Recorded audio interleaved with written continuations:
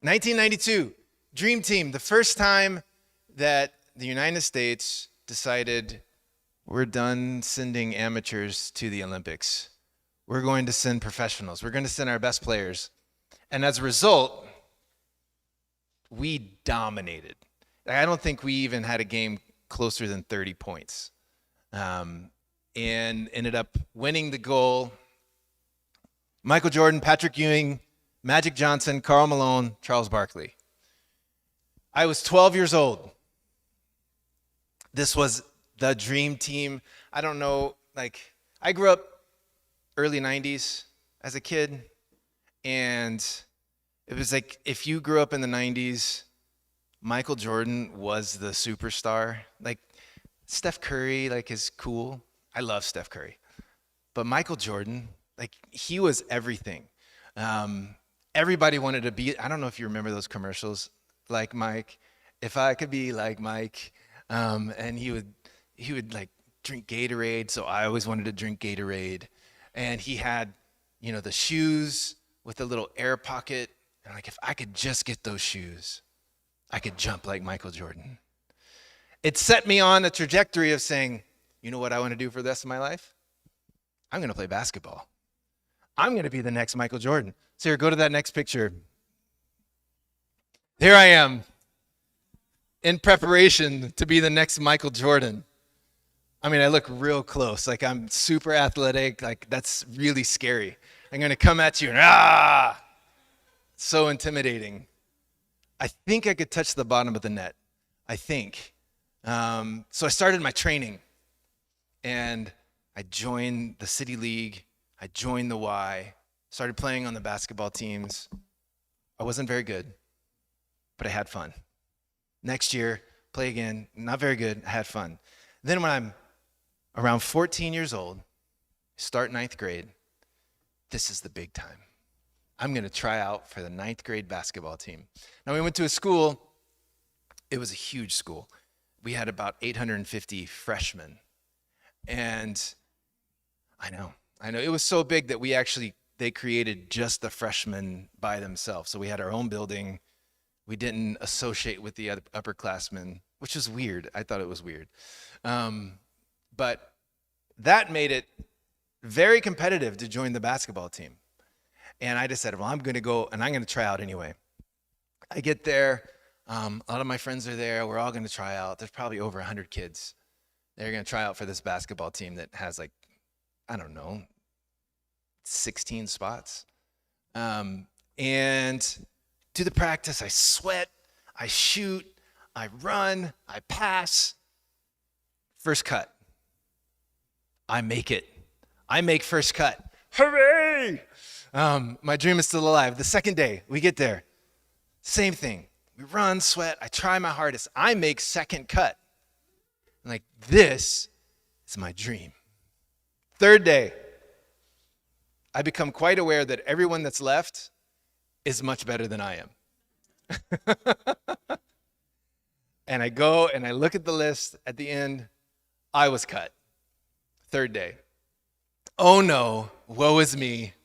My dream has been crushed. What am I going to do now? If I can't make my ninth grade basketball team, how am I going to have a career in basketball? I don't think I would be like Michael Jordan, that, that's the famous story of his ninth grade teacher says, you shouldn't play basketball, you should go into math because that's where money is. And he decided to do basketball instead, and it was probably the right decision for him. Around the same time that I get cut from my basketball team, the tryout, I never made the basketball team. I get cut from trying out. I'm taking piano lessons at my church. And one week while I'm taking lessons, and we do it at the church, the youth pastor walks in. And I'm in ninth grade, and he sees me, and he's like, oh, you play piano? I said, well, I'm taking lessons. He said, well, you're going to play for the youth group. And I said, no, I'm not. He said, yeah, you are. And he's like, no, I'm not. He's like, yes, you are. And so I did.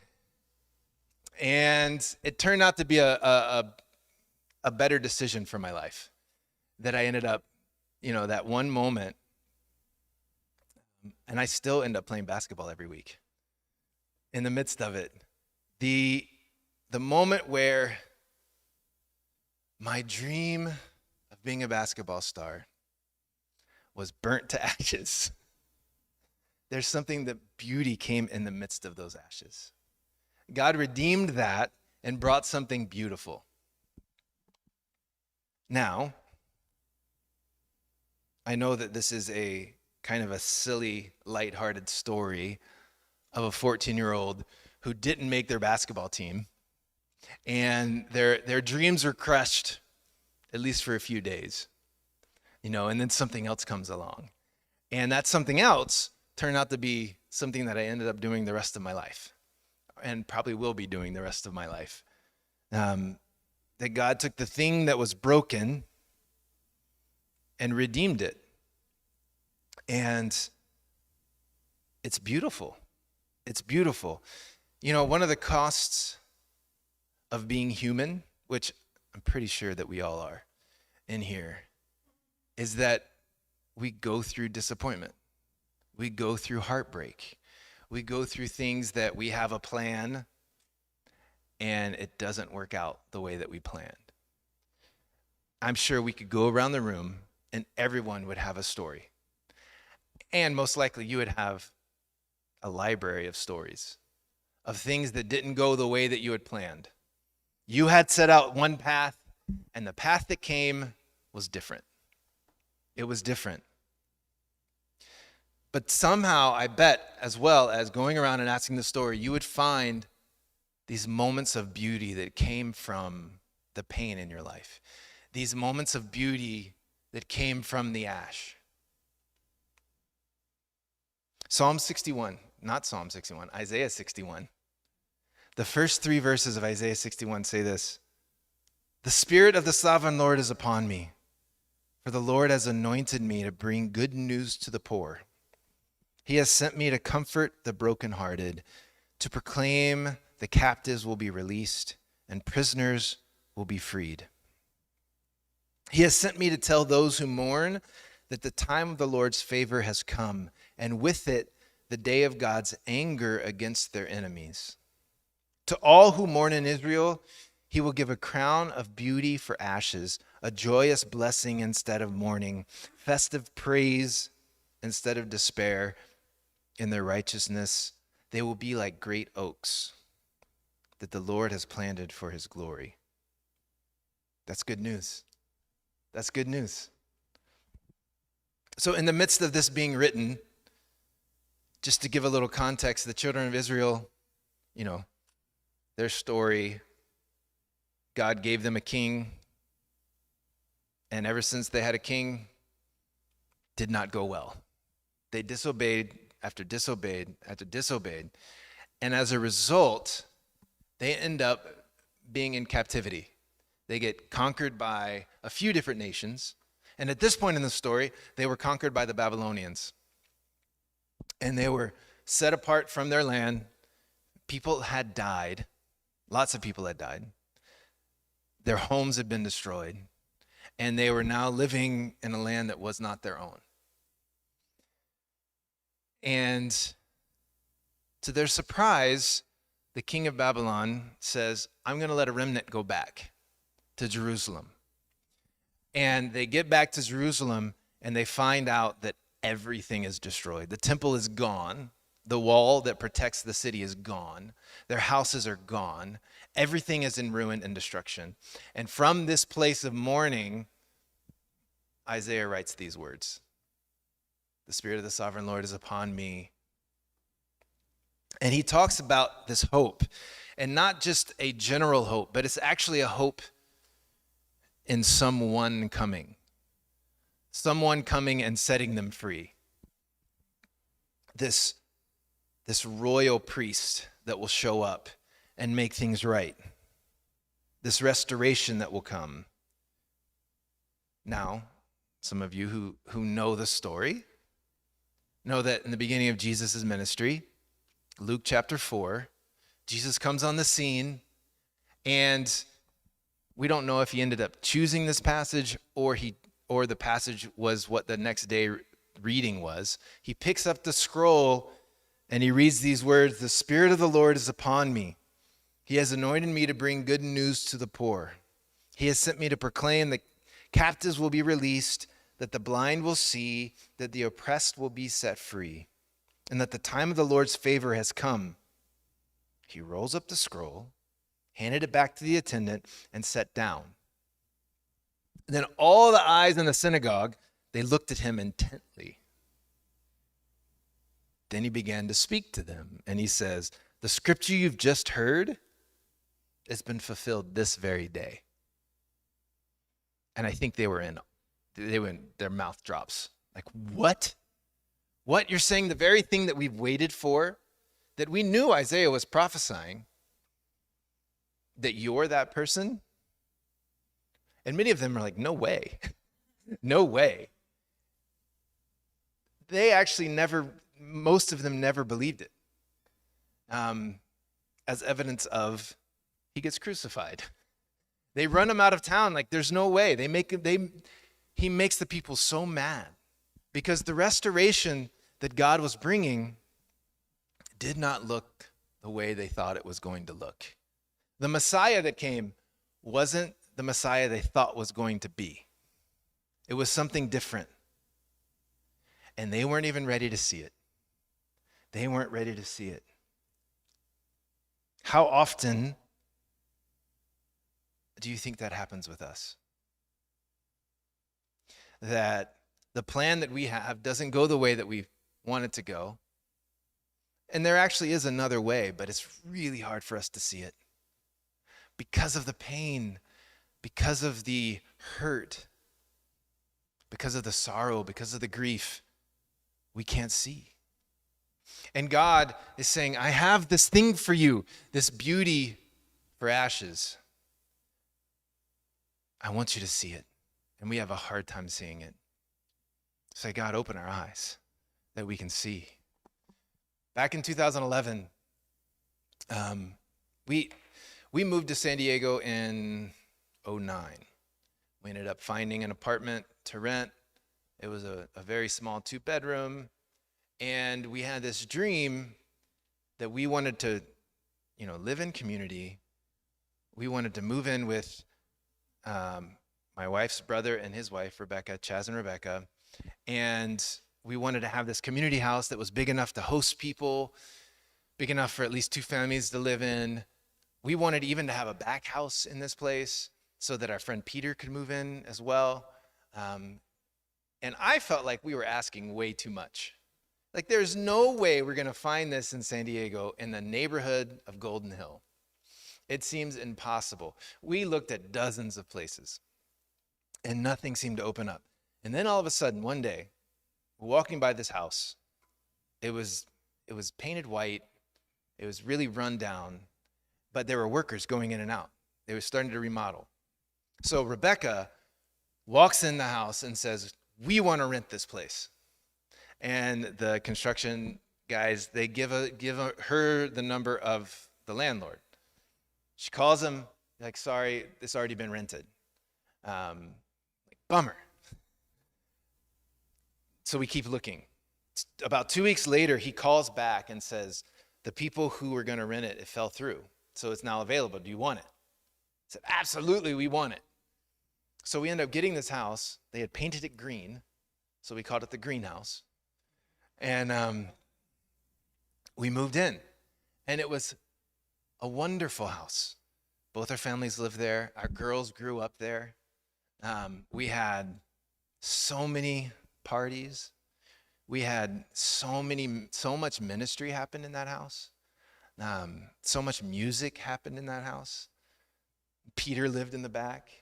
And then there were 2 units in the back. So we had other friends that moved in. We had this whole commune on this corner. And we experienced so much of life and all of the joys and the sadness of life we've experienced in that house. But as some of you know, those who rent, there's always this fear in the back of your head. Like, when is this going to be over? When are the owners going to kick us out? When is the rent going to go up so high that we can't afford it anymore? About a little over 2 years ago, that day came, and the owner and her nephew came to the door, and they knocked, and I had a bad feeling because she's only showed up 3 times in the 14 years that we lived there. This was the 3rd time. And I was like, this is not good. They hand us a piece of paper and just say, I'm sorry. And it was a 60-day eviction notice. It wasn't from anything that we had done. It had to do with they just wanted to move in. And, I see the letter. I go into a cold sweat. My stomach goes into my throat. And I'm like, is there anything we can do? They said, no, sorry. And so I'm sitting with it, and I'm like, I don't know actually what we're going to do. I don't know where we're going to move to. We've already been priced out of the neighborhood. We've been here. We've been in the neighborhood over 15 years now. The prices have gone up. Like, they've more than doubled what we were paying. And we're going to have to move away. I don't know where we're going to go, but we have to move away. I know God called us here, but maybe God's calling us somewhere else. I don't know. This thing that we had dreamed of, it feels like it's burning. It feels like it's burning. Well, our friends had just moved into the neighborhood to be a part of our community. And he looked at us, him and his wife, and said, there's no way you're leaving the neighborhood. We moved in the neighborhood to be with you. You cannot leave. They had just bought a property that had 3 units on it. They were using one for Airbnb, a tiny little 2-bedroom. They said, you can live here until you figure out what the next thing is. And we said, we were actually blown away. Like, really? Really? We can do this? This felt like an invitation of, no, you're supposed to stay. You're supposed to stay. So we moved into this tiny 2-bedroom apartment, and it was wonderful. It was wonderful. Living in community. Again, it was definitely too small for us, but we made it work. We made it work. And then we were still having the question of, like, are we able to buy something? Well, we can't buy anything in this neighborhood unless we have $2 million for a tiny little house. And then in the midst, like, living in the neighborhood for a long time, you end up, meeting people, becoming friends with your neighbors. One of these neighbors lived across the street from the greenhouse. Her name was Chris Justice. And she had walked with us in this journey. She knew our hearts. She had such a love for the neighborhood as well. Her house was kind of it was a place of ministry in the neighborhood. She bought the house to be a church, and it was a church for years. She ends up approaching us about a year into us living with Danny and EJ, and she says, I want you guys to move in with me. I want my house to be a place that, like, it continues on what I bought it for. I want it to be a place of light and hope for this neighborhood. And your family will do that. And not only that, I need someone. She's like, I'm getting old. She's 83 years old. Said, I need someone to watch after me that cares about me living in this place. And it felt like this invitation once again. Like, the thing that was turned to ash, or felt like it, all of a sudden, this beauty came in. How could I have dreamed that this was going to happen? That we get invited in to live in a place that actually was better than the greenhouse. Ironically, it's across the street from the greenhouse, so we see it every day. And it's something that I could not have dreamed of, having a situation that we live in a place now, that we get to live in community, the thing that we have been cultivating for years. And we get to do it with a woman who has been loving the neighborhood for years and needed community to do so. And it's like this partnership that's happened. I could have not written it out. I couldn't have planned it to work this way, but we're in the midst of it. We moved in October of last year, and we've been there, 8, 9 months now. And we thank God that this ash was turned to beauty in ways that I could have never imagined. Now, I know that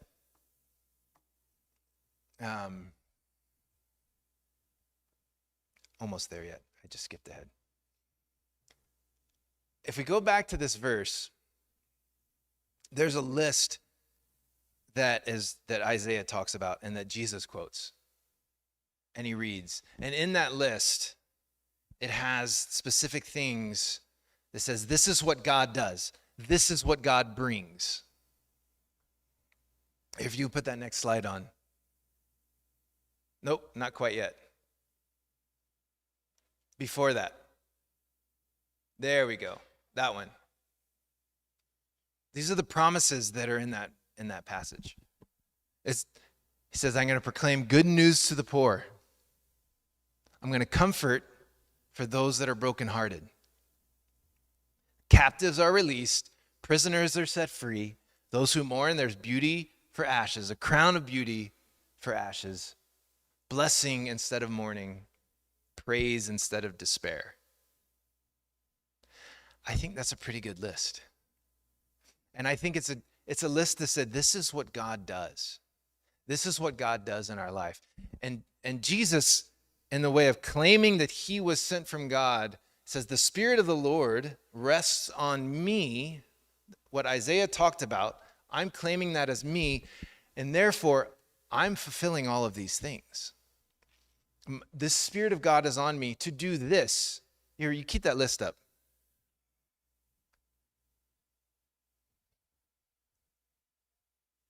Now, I know that not making a basketball team, or even getting evicted in a place where we'll probably land on our feet, those can be disturbances in your life, but they're not necessarily like, there are things that people go through that are much more harsh than that, much more difficult than that. When we moved into we call it the Hill House. When we moved into the Hill House, one of the things that Chris Justice had been doing, housing refugees. In January, we had a family come and stay with us, just temporary housing, until they find more permanent housing. This family stayed with us, a mom and her 2 kids. Their first time in America, ends up at our doorstep through an organization that we're connected with. Her name is Scovia, and 2 little children. She came from Uganda, from a refugee camp in Uganda. She had lived there 7 or 8 years. Her kids were born there. Her husband lived there with her. And in the process of them living there, her husband was murdered by rebels, which put her on the list of asylum seekers. It brought her to the top of the list. So therefore, the United States accepted her as an asylum seeker. So she lands on our door. Her life is in disarray. Her husband has been murdered. Everything she had known, burned, done. And not only is it all gone, she's not in her home anymore. She's in a place that's completely foreign. She doesn't speak the language. She spoke very broken English. She doesn't know the culture at all. And she's here. She's here. She stayed at our house for about a week and a half. And there were so many wonderful things that happened that week and a half, and so many funny things where it's like they come from a place where she actually didn't have electricity. And then she walks in and she sees our washer and dryer. She's like, what is this? And it's not, I'm not speaking of all of Africa, just in her experience. She didn't know. Like she would wash her clothes by hand. And there were times that we laughed. We learned just a little bit of her story in the midst of it. They found more permanent housing. She moved in with another family. They spoke the same language, and she's living there still. She goes to St. Luke's in North Park, which is a church that has quite a few refugee families in it. She's found a home, and she's currently looking for a job, and that's really hard. She wants to do something caring for kids. It would have been right at Easter time. They had, Monday, Thursday, right before Easter. It's traditional you have a service that has feet washing in it. So St. Luke's they hold a service every year, Monday, Thursday service. I went, and they had all these tables set up outside, and we're eating dinner, and Scovia comes, and she sits at our table. Say hi, and we do all the greetings and everything. Her kids are running around. And they have this foot washing station, and we go through the service, and then it comes to the foot washing time. And I thought, I would actually really love to wash her feet, but I don't know if it's appropriate. I don't know if culturally I'm supposed to touch her feet or not, but I'll be close. So I went with Christiana, and she was in our the three of us were together, and we went to the place, and she sits down, and Christiana washes her feet, and I'm right next to her, and we get up. It's my turn. I sit down, and she says, "Can I wash your feet?" And so she's there, and she washes my feet. And I was so touched. She's experiencing glimpses of beauty. But how do you compare these glimpses of beauty to the amount of grief that she carries? I don't know. I don't know how they balance out. And in fact, I don't even know what her story is going to end up looking like. I don't know how it will be redeemed. I don't know what beauty is going to look like for her. But I know that I get to be a part of it in somehow. That her story of beauty coming from this ash, I have hope that God will do something in her life. I just don't know what it is yet. And I think that we all have those stories, even in our own life. We don't know how this is going to work. We don't know what's going to come of this, but we hold on to hope that this God that promises this list of things, and this is only a small fraction of who God is. But in this, we can hold on to hope and saying, God, I hold on to hope that these ashes that I have that represent the sorrow and despair and the mourning will be turned to beauty somehow. They will be turned to beauty somehow. You see, the same Jesus who said, "The Spirit of the Sovereign Lord is upon me." When he left the earth, he said, "I'm sending you someone that will be with you always." The Spirit of God is going to dwell on you in the form of the Holy Spirit. And therefore, the Spirit of the Lord is on us. And that's what we get to do. That's what we get to partake in for other people. The same Spirit that rested on Jesus is resting on us. And my hope and challenge is, this is what it looks like to be people that follow Christ. That we are people that comfort those that are broken. We are people that help when someone is captive. We are people that sit with those who mourn. That we are people that cultivate joy, that bring praise in the face of despair. Ephesians 2:10 says, "We are God's masterpiece. He has created us anew in Christ Jesus so we can do the good things he planned for us long ago." And I think a lot of those good things beauty for ashes. There's strength in the midst of fear. There's joy in the midst of despair. God, may it be that we are people in the midst of pain, in the midst of suffering, in the midst of confusion,